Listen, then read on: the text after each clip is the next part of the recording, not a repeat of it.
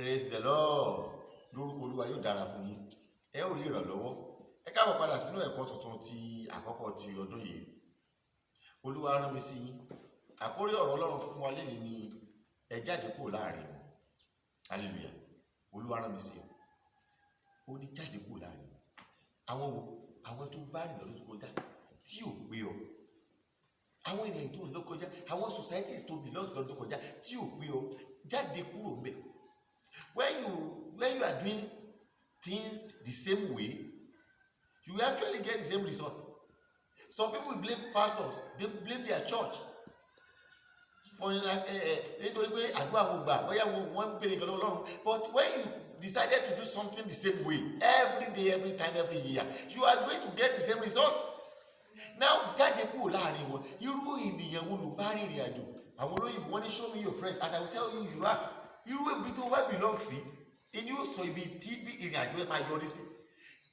Irú àwọn èèyàn tó bá ń bá rìn, irú àwùjọ tó bá wà, èyí ló máa determine bí ọjọ́ ayé rẹ, bí ọjọ́ alẹ́ rẹ àti bí ọdún tuntun ìsìn máa rí fún ẹ. Ẹ gbọ́ Bíbélì nínú ìwé Kọ́ríńtì kejì, 2 Corinthians chapter 6. Ẹ wò láti ẹsẹ̀ 14 dé ẹsẹ̀ 17 láti máa kà á.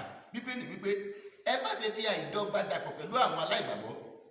Nítorí ìdàpọ̀ kí ni òdodo ní pẹ̀lú àìṣòdodo? Ìdàpọ̀ kí ni ìmọ́lẹ̀ sì ní pẹ̀lú òkùnkùn? Oh my God, Kìrìsìtíẹ́nì. Ìdàpọ̀ kí ni chọ́ọ̀chì ní pẹ̀lú ọ̀run àpáàdì? Ìdàpọ̀ kí ni chọ́ọ̀chì ní pẹ̀lú ẹ̀bù ọmọ ọlọ́mọ mọ́lẹ̀? Ìdàpọ̀ kí ni chọ́ọ̀chì ní pẹ̀lú ẹ̀fì ẹ̀jẹ̀ ènìyàn ṣètùtù? Inú Jésù wo gangan ni ti yín? Inú Kristi wo lẹ ti rí? Ìgbàlà tí wá ìgbàlà ìràpadà Olódùmarè ni. Kò sí ìràpadà ẹ̀jẹ̀ ewúrẹ́ mọ́, kò sí ìràpadà ẹ̀jẹ̀ àgùntàn mọ́. Inú ìjọ tó o bá ń lọ tí wọ́n ti ní kó o mú ewúrẹ́ àwọn fẹ́ fi bọ́ ṣe ìràpadà jáde kúrò ńbẹ̀. Ìjọ ọ̀run àpáàdì ni. Kí ni mo pè é? Ìjọ ọ̀run àpáàdì ni. Jésù ti ṣe ìràpadà wa pẹ̀lú ẹ̀jẹ̀ rẹ̀, ẹ̀jẹ̀ mímọ́ yẹn lẹ́ẹ̀kan. Ẹnikẹ́ni tó bá ní ọmọ agbádìí rẹ wá làwọn fẹ́ rí ṣètùtù, lọ mú ajá wá làwọn fẹ́ pa.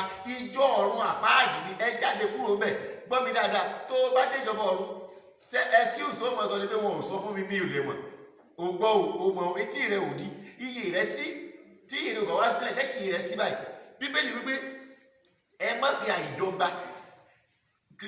Wòlíì yìí ṣètùtù, Èlíjà ò ṣètùtù, Èlísà ò ṣètùtù, Sámúẹ́lì ò ṣètùtù, wòlíì ní gbogbo wọn.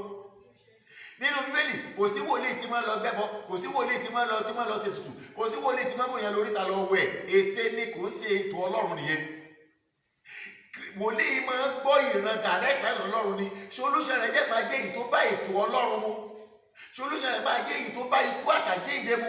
And the best solution fún gbogbo problem ó ní ikú àtàjíǹde Jésù. We have been given the proper sacrifice, atonement. Jesus has given himself as proper atonement. So ẹni ẹbọ, ẹni ètùtù ẹnikẹ́ni bá fẹ́ kó o ṣe, ó fẹ́ ta ọjọ́ ọ̀la rẹ fún èṣù ni o. Jáde kúrò lọ́dọ̀ wọn. Àwọn wòlíì tó ń tọ̀ lọ tí wọ́n bọ̀ sí gbẹ́rẹ́, àwọn wòlíì tó ń tọ̀ lọ tán farun abíyá rẹ, tán farun abẹ́ rẹ, tán farun orí rẹ, wọ́n ń ta ọjọ́ ayé rẹ fún Sàtánì ni. Àwọn wòlíì tó ń tọ̀ lọ tí wọ́n ń ṣiṣẹ́ òkùnkùn fún ọtá pè ní sẹ́ ìmọ́lẹ̀. Àwọn wòlíì tó ń tọ̀ lọ tí wọ́n mú ọ lọ ìdí àpótí ẹ̀rí. Tí wọ́n tó ń lọ bọ́sẹ̀ fún ọdí àpótí ẹ̀rí, táńgbó foríbalẹ̀ fún àpótí ẹ̀rí. Bíbélì wípé Jésù wípé sáà foríbalẹ̀ fún Ọlọ́run nìkan. Ó ní ọmọ èèyàn kò wá láàyè nípa àkàrà nìkan bí ó sì gbogbo ọ̀rọ̀ tó tọ̀rọ̀ lọ́rùn jáde. Nígbà Sátánì lọ dé Jésù nínú ìwé Luke chapter 4. Ó ní Sátánì ó dẹ̀wò, ó ní foríbalẹ̀ fún mi, gbogbo nǹkan yìí ni màá sì fún ọ. Ṣèbí tó ṣe yín lónìí nìyẹn. Ẹ foríbalẹ̀ fún àpótí ẹ̀rí tẹ́ẹ̀mọ́ tó wà nú ẹ̀. Ẹni tó bá lò lápótí ẹ̀rí, ẹ béèrè pé sí ọ̀pá Mósè tó rúdi ló wà nú ẹ̀. Fake ni, irọ́ ni, ète ni, kò sí nǹkan kan tó jọ. Ẹ jáde kúrò láàrin wọn, ẹ kúrò nínú èké. Ẹni tó bá fẹ́ràn èké ni máa ń tẹ̀lé èké lẹ́yìn. Ẹ wá Olúwa, ẹ padà sọ́dọ̀ Ọlọ́run. Ẹ má fi àìdọ́gba dàpọ̀ pẹ̀lú àwọn aláìgbàgbọ́. Àwọn ọ̀pọ̀lọpọ̀ àwọn èèyàn yìí aláìgbàgbọ́ ni wọ́n. Wọn ò ní Jésù. Ẹni tí ò bá sára rẹ̀ ò dá kò lè gba ẹlòmíì là. Àwọn tí ó tí dẹni rà padà, àwọn tí ò tí ní ìbápàdé pẹ̀lú Jésù, àwọn tí ò tí ní ìpìlẹ̀ ìyè tí wọ́n láwọn fẹ́ fún ọ ní òmìnira.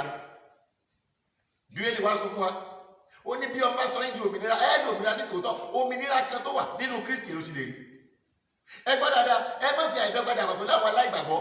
Kí ìbáni ó ní ẹsẹ̀ 15, ó ní ìrẹ́pọ̀ kí ni Kristi ní pẹ̀lú Báílíálì. ìrẹ́pọ̀ kí ni Kristi ní? Báwo ni ìwọ pásítọ̀, ìwọ kìrìsìtẹ́nì tó sì máa sọ̀rọ̀ babaláwo?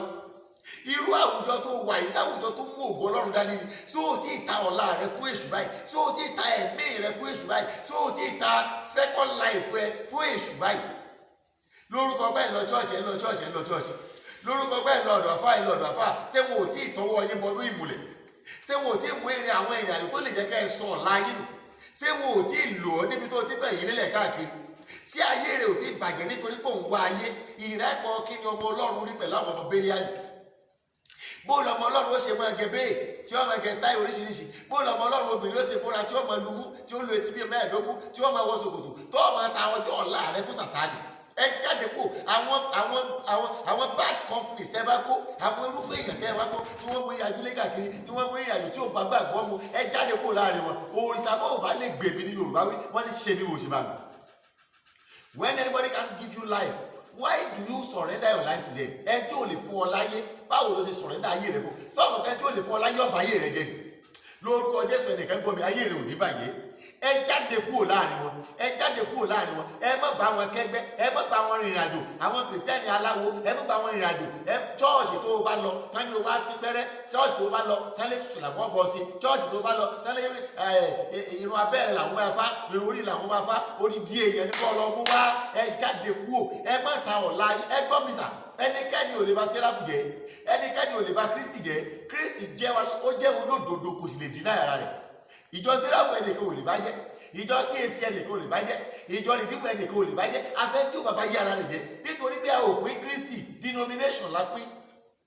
A pín Kristi, Jésù kan ló wà, olùràpadà kan ló wà, ẹ̀ẹ̀kan ló kú, ẹ̀ẹ̀kan ló jíǹde, ìjọba ọ̀run kan ló wà. So torí ìdí èyí, ìbáàjẹ́ Celestial, ìbáàjẹ́ Kérúbù Séráfù, ìbáàjẹ́ CAC, ìbáàjẹ́ ní church, a ò bá kankan jẹ́. Ẹnikẹ́ni ni kó má borúkọ ara rẹ̀ jẹ́. Ẹ̀yin bí o sì blame àwọn bí o sì ẹ̀yin tẹ́ ń tọ̀ wọ́n lọ. Nítorí pé ẹ̀yin tẹ́ ń tọ̀ wọ́n lọ gan ò ní òye ohun tí ìjọba Ọlọ́run túmọ̀ sí.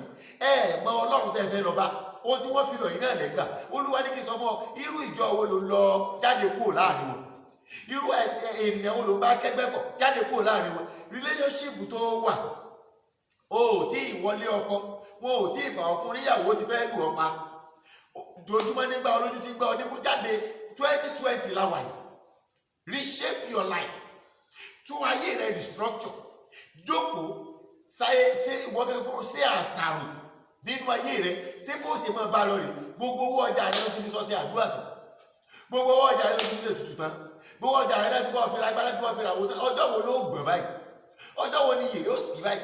Ọjọ́ wo ló yóò yí ọ? Ọjọ́ wo ló mọ̀ wípé ọ̀nà kan ṣoṣo sí àlàáfíà ní Jésù? Wá Olúwa fáyé rẹ fún, ẹ jáde kúrò láàrin wọn. Ìrẹ́pọ̀ kí ni Kristi ní pẹ̀lú Bélíálì? Tàbí ìpín wo ni ẹni tí ó gbàgbọ́ ní pẹ̀lú aláìgbàgbọ́? Pásítọ̀ babaláwo. Ìrẹ́pọ̀ kí ni Kristi ní pẹ̀lú ayé rẹ̀? Onígbàgbọ́ àtàláìgbàgbọ́. Ọ̀rẹ́ kí lajá bẹ́kù sí? Ọ̀rẹ́ kí lajá bẹ́kù? Lọ́jọ́ tó ti sọ pé ó fẹ́ yíwọ́ padà, bẹ́ẹ̀ ló ti yí padà. Àbá ti yíwọ́ kan padà kúrò lójú ọ̀nà. Wọ́n ti fà ọ́ lọ sọ́dọ̀ àwọn odi òrìṣà. O ti lọ forí balẹ̀ fáwọn odi òrìṣà. Wọ́n ti lọ ta ọjọ́ ọ̀la rẹ̀, wọ́n ti lọ ta ayé rẹ̀, wọ́n ti lọ ta ọ̀la rẹ̀ fún èṣù àtàwọn gbogbo rẹ̀. Ẹ̀gbọ́n kí la mú wáyé, kí la mú lọ? Gbogbo tó níbẹ̀rẹ̀ ló máa lópin. Àwọn pẹpẹ tẹ́ ẹ lọ tẹ́ ti rí ẹlẹ́dẹ̀ mọ́ tẹ́ ẹ lọ fọ́ ẹ lọ mú kúrò, ẹ padà lọ sọ́dọ̀ Jésù, ẹ lọ ṣe restitution. Àfọ̀ṣẹ lẹ́nu ọ̀nà mẹ́tẹ̀ẹ̀ta, lẹ́nu ọ̀nà mẹ́rẹ̀ẹ̀rin níbìkan, kí lẹ ti mú mọ́ bẹ̀? Ìrẹ́pọ̀ kí ni ìbínú Ọlọ́run bọ̀ sórí àwọn ọmọ aláìgbọràn? Ẹ padà sọ́dọ̀ Ọlọ́run. Ní ọ̀dọ̀ rẹ̀ lẹ́kúnrẹ́rẹ́ ìyè wà, lọ́dọ̀ rẹ̀ ní àlàáfíà wà.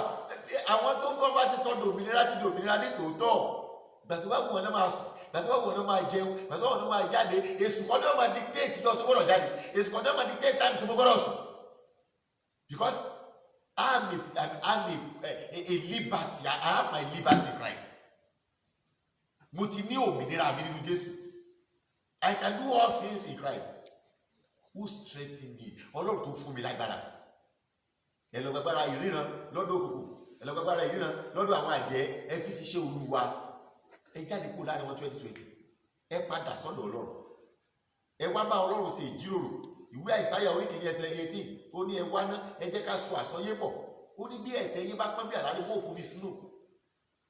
Ẹgbẹ́ ẹ̀yin ènìyàn, ẹ yí padà, ẹ jáde kúrò láàrin wọn. 2020 tún ayé rẹ ṣe, bá Ọlọ́run rìnrìn àjò díẹ̀, bá Ọlọ́run 2020 káwọn tó bá ṣe, bá Ọlọ́run rìnrìn àjò ní òtítọ́, bá Ọlọ́run rìnrìn àjò ní òdodo, o sì ní wà bákan náà. Agbára Ọlọ́run ọ̀gá ògo kò ní fi ọ́ sílẹ̀, àánú Ọlọ́run máa ṣògo lórí ayé rẹ. Wọ́n dáadáa bí ẹ̀mí Ọlọ́run sọ pé o wá sọ lọ́kàn rẹ pé tí má kó bẹ́ẹ̀ àwọn ẹgbẹ́ òkùnkùn máa tẹ́sí mi. Kò sálágbára tó dàbí Ọlọ́run. Tí wọ́n bá tẹ́tì ẹgbà wá Ọlọ́run, tẹ̀síwájú lọ sọ́dọ̀ Ọlọ́run, ó lè wá kẹ́kọ̀ọ́ ọ̀rọ̀ Ọlọ́run. Wọ́n fẹ́ tẹ́tì ẹ, mo sọ fún ọ wípé wọn ò lè borí ayé rẹ. Ìdúkokò lásán ni wọ́n ní. Bó o bá kúrò nínú wọn ò lè pa ẹ́, tó bá kúrò nínú wọn ò lè pa ọmọ rẹ, tó bá débẹ̀ wọn bá kú ò lè kú. Bẹ́ẹ̀ ni ète lásán ni. Ìdúkokò láti jẹ́ kí ẹ̀mí rẹ ṣòfò sọ́dọ̀ èṣù ni.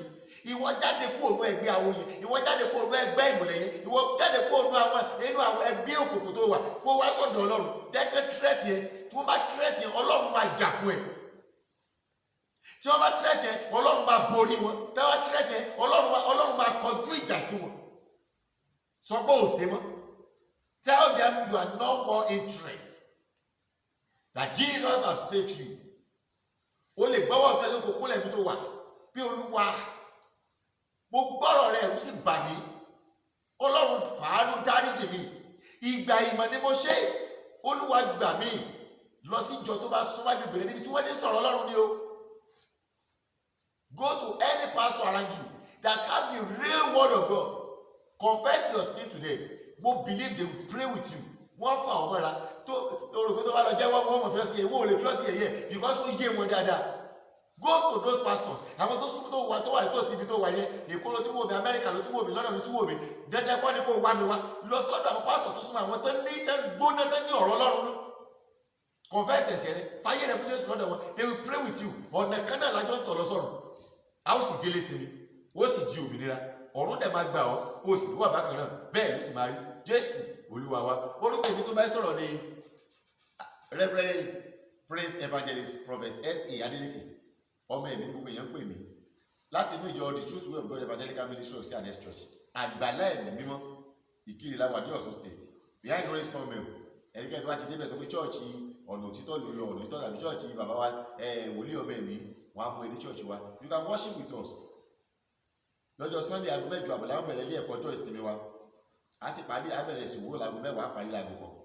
Ọjọ́ Tuesday ní ẹ̀kọ́ ọ̀rọ̀ Ọlọ́run tó gbóná gidigidi aago 5 làwọn bẹ̀rẹ̀ sí aago 6 rọ̀lẹ́. Lórúkọ Jésù pẹ̀sí darapọ̀ mọ́ wa, Ọlọ́run yóò ràn yín lọ́wọ́. Ẹ bá ní share ìwàásù iṣẹ́ ìránṣẹ́ yìí, ẹ share fáwọn ọ̀rẹ́ yín, ẹ share fáwọn ẹbí yín, ẹ jẹ́ káwọn náà ní ìpè nínú ìgbàlà yìí. Lórúkọ Jésù ẹ̀sìn níwà bákan náà, òmìnira rẹ dájú lórúkọ Olúwa. O lè fẹ́ pè mí, o lè fẹ́ pe nọ́mbà mi ni 070 61 36 32 69. Lẹ́ẹ̀kan sí 070 61 36 32 69. Yóò dára fún ẹ, ẹ ṣe ráàánú gbà. Àlàáfíà ni o.